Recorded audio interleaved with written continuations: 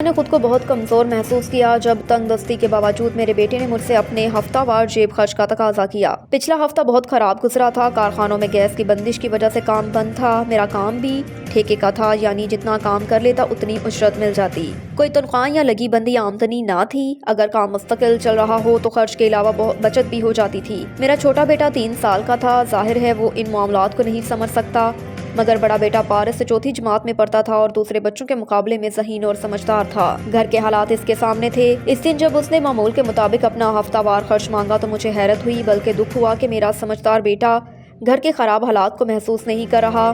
میں جو یہ سوچا کرتا تھا کہ پارس بڑا ہو کر میرا دست بازو بنے گا، مگر سچی بات ہے اس دن مجھے لگا کہ میں اکیلا ہوں اور مرتے دم تک مجھے روزگار کے لیے جدوجہد کرنا پڑے گی۔ ٹھیکیدار سے 2 دن پہلے 1000 روپے ایڈوانس لیے تھے۔ میں نے جیب سے 100 کا نوٹ نکال کر پارس کی طرف بڑھایا تو اس نے ایک دم سے نوٹ لے لیا۔ اس کی آنکھیں چمکنے لگی اور وہ بولا، پاپا زندہ باد، مجھے پتا ہے آپ کے پاس پیسے کم ہیں، لیکن جب بالکل نہیں ہوں گے تو میں آپ سے پیسے کبھی نہیں مانگوں گا، جب تک ہیں لے لیا کرو۔ میں نے بے دلی سے کہا۔ اگلے دن اور مشکل میں گزرے۔ ٹھیکیدار خود مالی مشکلات کا شکار تھا، اس لیے ایک دن وہ چپکے سے غائب ہو گیا۔ اس نے اپنا موبائل فون بھی بند کر دیا۔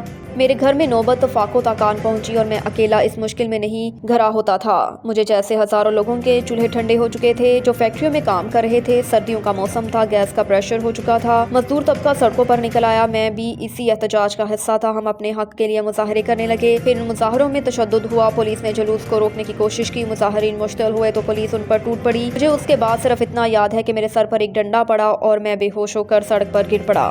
مجھے جب ہوش آیا تو میں ہسپتال میں تھا۔ ان مظاہروں کے نتیجے میں ایک مزدور اتحاد وجود میں آیا تھا، وہی لوگ میرا علاج کروا رہے تھے۔ میرے سر کا زخم بہت گہرا تھا، مجھے ہفتوں ہسپتال میں رہنا تھا۔ میں سوچتا تھا کہ گھر کے اخراجات کس طرح پورے ہو رہے ہوں گے۔ ڈاکٹروں نے زیادہ ملاقاتوں اور بات چیت پر پابندی لگا رکھی تھی اور گھر والوں کو منع کیا تھا کہ مجھے پریشان نہ کریں۔ شاید اسی لیے میری بیوی اپنی پریشانیوں کا ذکر مجھ سے نہیں کرتی تھی۔ جب 3 مہینے بعد مجھے ہسپتال سے فارغ کیا گیا تو میں ایک دوست کے ساتھ گھر آ گیا۔ اپنی بیوی بچوں کو میں حیران کرنا چاہتا تھا۔ جب میں گھر میں داخل ہوا تو میں نے دیکھا کہ میری بیوی گھر کے صحن میں سلائی مشین پر کام کر رہی ہے۔ مجھے بہت حیرت ہوئی۔ وہ اکثر کہا کرتی تھی کہ مجھے ایک سلائی مشین دلوا دیں، میں بچوں کے کپڑے سی کر کچھ پیسے کما لوں گی، مگر میں ہمیشہ منع کر دیا کرتا تھا کہ ایک تو اتنے پیسے نہیں ہوتے تھے کہ مشین خرید سکیں، اور دوسرا یہ کہ مجھے یہ بات پسند نہ تھی۔ اب جب کہ ایک بات ہو چکی تھی تو مجھے اتنی محسوس نہ ہوئی، مگر یہ ہوا کیسے یہ جاننا ضروری تھا۔ میرا اچانک آمد اور مکمل صحتیابی میرے گھر والوں کے لیے بہت خوشی کی خبر تھی۔ بات اتنی تھی کہ ختم ہی نہیں ہو پا رہی تھی۔ ایک دفعہ میں اپنی بیوی سے پوچھا بھی کہ یہ سلائی مشین کب اور کیسے لی، مگر وہ ٹال گئی۔ رات کو کھانے کے بعد میرا بیٹا پارس بے فکر نیند میں سو رہا تھا، اس کے چہرے پر ایک مسکراہٹ سی تھی۔ میں نے سوالیہ انداز میں بیوی کی طرف دیکھا۔ وہ بولی، آپ دیکھ رہی ہیں میرے بچے کو؟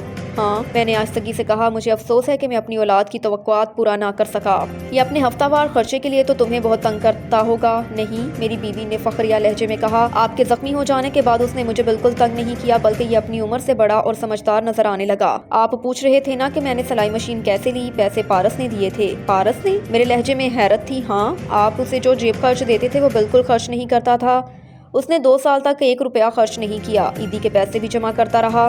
آخر ایک دن اس نے جمع پونجی میرے سامنے ڈھیر کر دی۔ تب مجھے پتا چلا کہ ہمارا بچہ کتنا سمجھدار ہے۔ وہ گھر کے حالات سے باخبر تھا اور چپکے چپکے کسی برے وقت کے لیے پیسے جمع کر رہا تھا۔ میری بیوی تفصیل بتائی جا رہی تھی اور میں ایک عجیب سی کیفیت کا شکار تھا۔ میں سمجھتا تھا کہ پارس کو میرے حالات کا اندازہ نہیں، جبکہ در حقیقت وہ میرا دست بازو بنانا چاہتا تھا، اور آخر اس نے اپنی عمر سے ڈھیر بڑھ کر اس بات کو ثابت کر دیا تھا۔ بیوی نے مزید بتایا، اس نے پارس کی جمع پونجی سے مشین لے لی، بازار سے کپڑوں کے ٹکڑے مل گئے جن سے اس نے بچوں کے کپڑے تیار کر کے فروخت کرنے شروع کر دیے، اور اس سے گھر کی گزر بسر بھی ہونے لگی۔ اب میں چاہتی ہوں کہ آپ میرے تیار کپڑوں کو ہفتہ وار بازار میں فروخت کیا کریں۔ مجھے امید ہے اللہ ہمیں اس کام میں بہت برکت دے گا۔ میری بیوی نے فیصلہ سنا دیا۔ میری آنکھوں میں آنسو جمع ہونے لگے۔ میں نے آہستگی سے اپنے بیٹے کے ماتھے پر پیار کیا۔ واقعی میرا بیٹا بڑا سہارا بن چکا تھا۔